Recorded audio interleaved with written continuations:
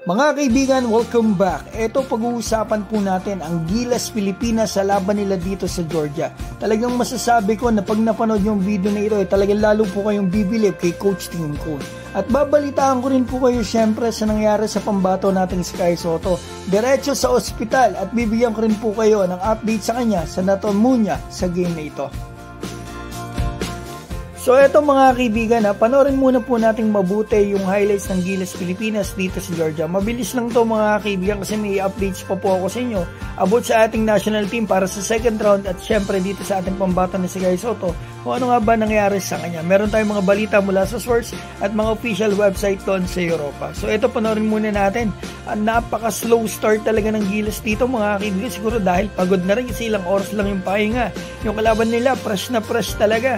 So ito 16-6 ang score, buti nilang ito 18 na pala, nakatras pa si Justin Brownlee, buti nakuha natin ang momentum bago matapos ng first quarter.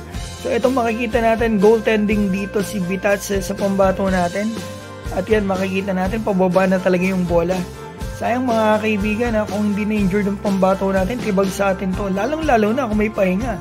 Kasi ilang oras lang talaga ang pahinga. Kung mga isang araw mo lang sana ang pahinga nito, tibag sa atin to. Ang ganda ng pasa ni Kai.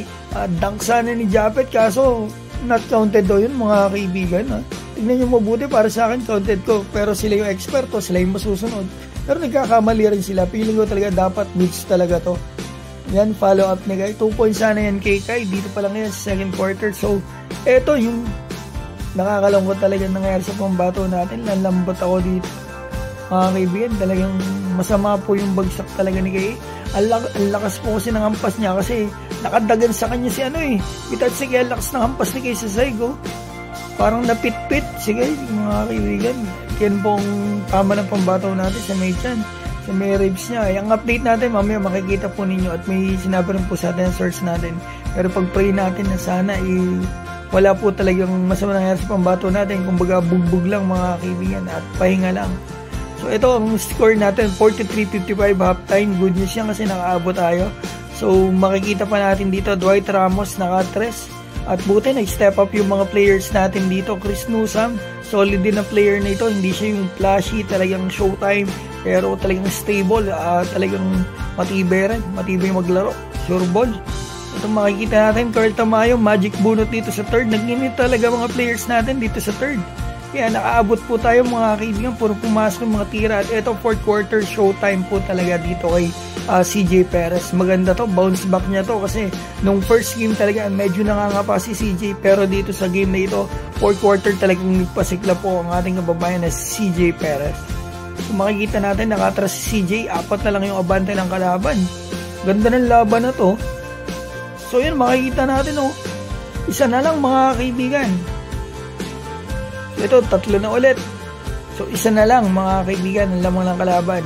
Napaka-utak ni Coach Tim Cone, hindi ko na lang maipapakita rito pero I'm sure na para nyo. Diba kita po ninyo, lamang ang kalaban ng 3. Atin ang bola. Mga kaibigan, bakit hindi na pinatira ni Coach Tim Cone? Ito po isa ang obserbasyon mga kaibigan, talagang hindi na pinatira.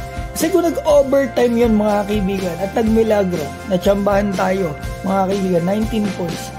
Hindi ibig sabihin, ano tayo? Laglag tayo ang papasok kay Georgia. Kung ipatalo natin, kung huwag na natin itira, panalo tayo, ilan lang mo sa atin, 2 points. Hindi pasok pa rin tayo, di ba? Yun po yung punto malamang ni Coach Tim Cone. Sinigurado na niya na makakapasok po tayo sa second round. Talagang mautak tong si Coach Tim Cone. So eto na mga kaibigan yung update po natin sa ating pambato na si Kai Sotto via basketnews.com at ating source po. Unahin natin sa Basket News.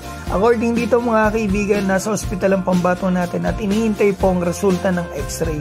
Mukhang ito po ay hinala nila ay rib injury. Sa bagay, yan din naman ang kitang-kita natin na malamaan mga kaibigan. Pagbagsak ni Kai, hawak pa ni Kai yung kanyang may tiyan na may tagiliran. So mukhang grave injury nga at sana po talaga ay maayos po ang maging resulta. Pag-pray po natin yun na walang masamang injury na natamo ang pambato natin. At ayon pa kay Coach Tim Cone, ayon dito sa report ng Basket News, ito, we lost Kai Sotto early, never got him back in the game. He's in the hospital checking out his ribs. It's an x-ray. We don't have any news yet on whether he will be able to go forward. So wala pang kasiguraduhan kung makakalaro ang pambato natin sa second round. Alam nyo mga kaibigan, nakausap po yung isang source natin kanina sa Latvia. Nag-aalala talaga ako kasi mukhang meron nga daw po problema sa ribs ng pambato natin. Pero ipag-pray po talaga natin mga kaibigan, yung resulta ng x-ray maging maayos po talaga. Sana kumbaga mga kaibigan ay bugbog lang po talaga doon sa kanyang ribs. So yan mga kaibigan ng video natin, maaari po kayo mag-comment dun sa baba. Maraming salamat po sa support sa Gilas Pilipinas, especially sa ating pambato po na si Kaisot. Maraming salamat po.